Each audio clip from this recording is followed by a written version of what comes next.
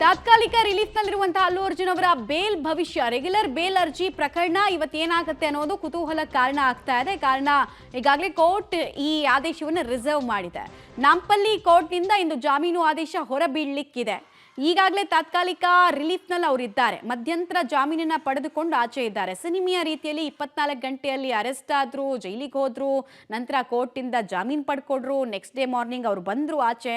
Family ಜೊತೆಗೆ ನಾನು ನಿಂತ್ಕೊಳ್ತೀನಿ ಅಂತ ಹೇಳ್ತಾ ಇದ್ರು. ಬಟ್ ದ್ವೇಷದ ರಾಜಕಾರಣ, ಹಲವು ಕಾನ್ಸ್ಪಿರಸಿ ಥಿಯರಿಗಳ ಮಧ್ಯೆ ಇವತ್ತು ರೆಗ್ಯುಲರ್ ಬೇಲ್ ಅರ್ಜಿಯ ಭವಿಷ್ಯ ಏನಾಗುತ್ತೆ ಅನ್ನೋದು ಕುತೂಹಲ ಕಾರಣ ಆಗುತ್ತೆ. ಇವರಿಗೆ ಮಧ್ಯಂತರ ಜಾಮೀನನ್ನು ಕೊಡಬೇಕಾದ್ರೆ ಕೋರ್ಟು ಇವರನ್ನ ನಡೆಸ್ಕೊಂಡಂತಹ ರೀತಿ ಬಗ್ಗೆ ಕೂಡ ಆಕ್ಷೇಪವನ್ನು ವ್ಯಕ್ತಪಡಿಸಿತ್ತು.